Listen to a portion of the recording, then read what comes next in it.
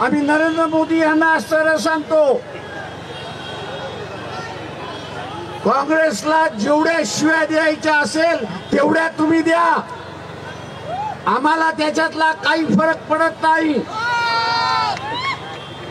पण त्याच्यामुळे तुमचं चारित्र्य उज्ज्वल होता का? तर अजिबात नाही, हे लक्षात घ्या.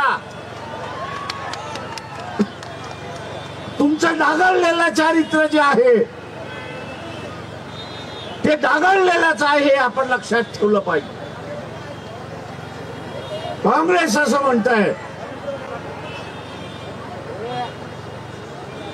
की बाबासाहेबांना पाडलं म्हणून बीजेपी सांगत. नरेंद्र मोदी, मी तुम्हाला असं विचारतो, या मुंबईतल्या, मध्य मुंबई मधल्या 52च्या असणाऱ्या लोकसभेमध्ये RSS आणि डावे पक्ष एकत्र होते की नाही ते असणाऱ्या सांगा. दोघांनी मिळून या मध्य मुंबईच्या असणाऱ्या जागेवरती बाबासाहेबांना हरवला अशी असणारी परिस्थिती आहे.